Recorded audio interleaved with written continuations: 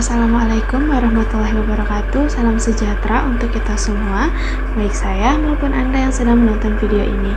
Izinkan saya memperkenalkan diri. Perkenalkan, nama saya Fitri Sari dari Program Studi Ilmu Komunikasi Universitas Syekh Yusuf. Video ini dibuat untuk memenuhi tugas EKT 2 mata kuliah Bahasa Indonesia. Izinkan saya mempresentasikan materi yang sudah saya buat. Di sini saya akan menjelaskan tentang pentingnya komunikasi asertif dalam kehidupan sehari-hari. Komunikasi asertif ini merupakan salah satu tingkah laku yang ditunjukkan oleh seorang individu melalui tindakan, bahasa tubuh, serta ekspresi wajah untuk menggambarkan sebuah emosi, perasaan, dan pikiran secara eksternal. Nah, untuk arti asertivitas sendiri ini merupakan suatu kemampuan untuk mengkomunikasikan apa yang kita inginkan, kita rasakan, dan kita pikirkan terhadap orang lain. Dan itu tetap menjaga perasaan dan menghargai orang lain ya.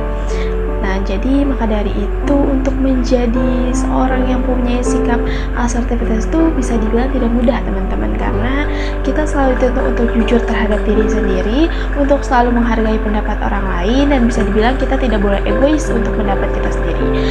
Nah, untuk contoh dalam kehidupan sehari-hari, saya beri contoh di kehidupan kerjaan ya.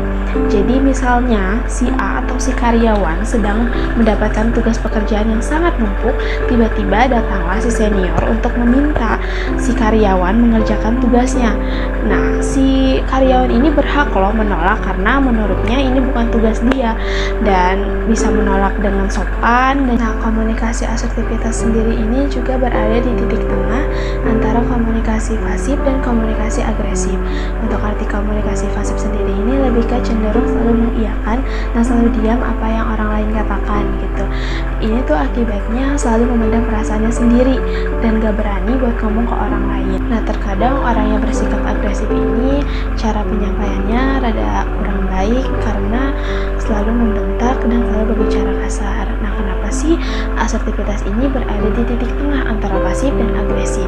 Karena asertivitas ini bisa mencapai ke agresif tapi tidak juga, karena dia asertivitas sendiri ini berani berkata jujur tetapi tanpa menyakiti perasaan orang lain dan selalu mendengarkan pendapat orang lain juga, berbeda dengan agresif. Nah, untuk selanjutnya ada manfaat komunikasi asertif. Yang pertama itu ada meningkatkan kepercayaan diri. Kenapa sih bisa dibilang asertivitas itu bisa meningkatkan kepercayaan diri? Karena orang yang mempunyai sikap asertivitas itu dia bisa dibilang berani. Nah, makanya kenapa bisa meningkatkan kepercayaan diri, karena kadang orang yang percaya diri ini selalu berani.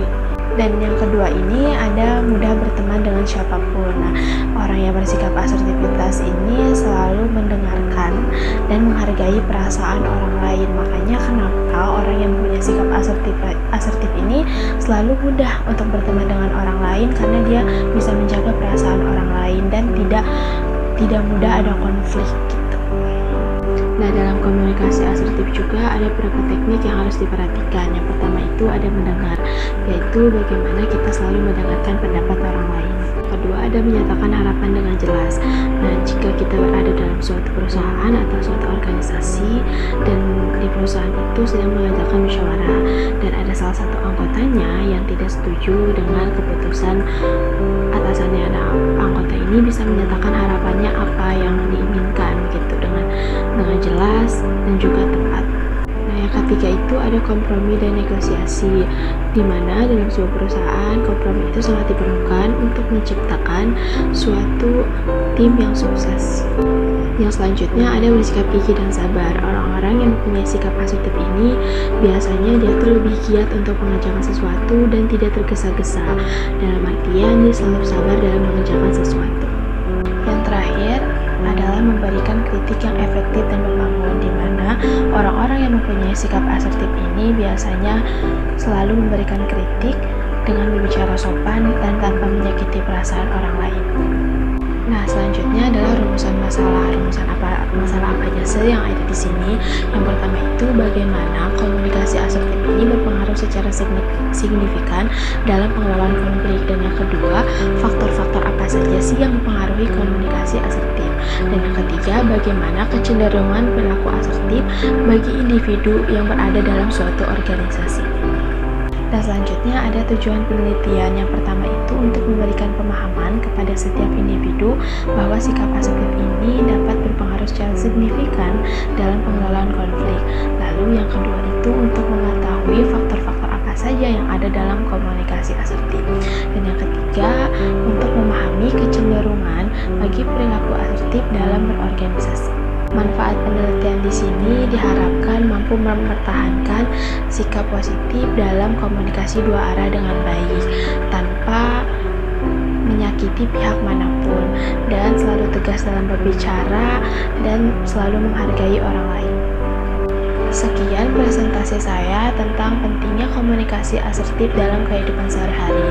Semoga video ini memberi manfaat bagi orang-orang yang menonton video ini. Kurang lebihnya saya mohon maaf. Wassalamualaikum warahmatullahi wabarakatuh.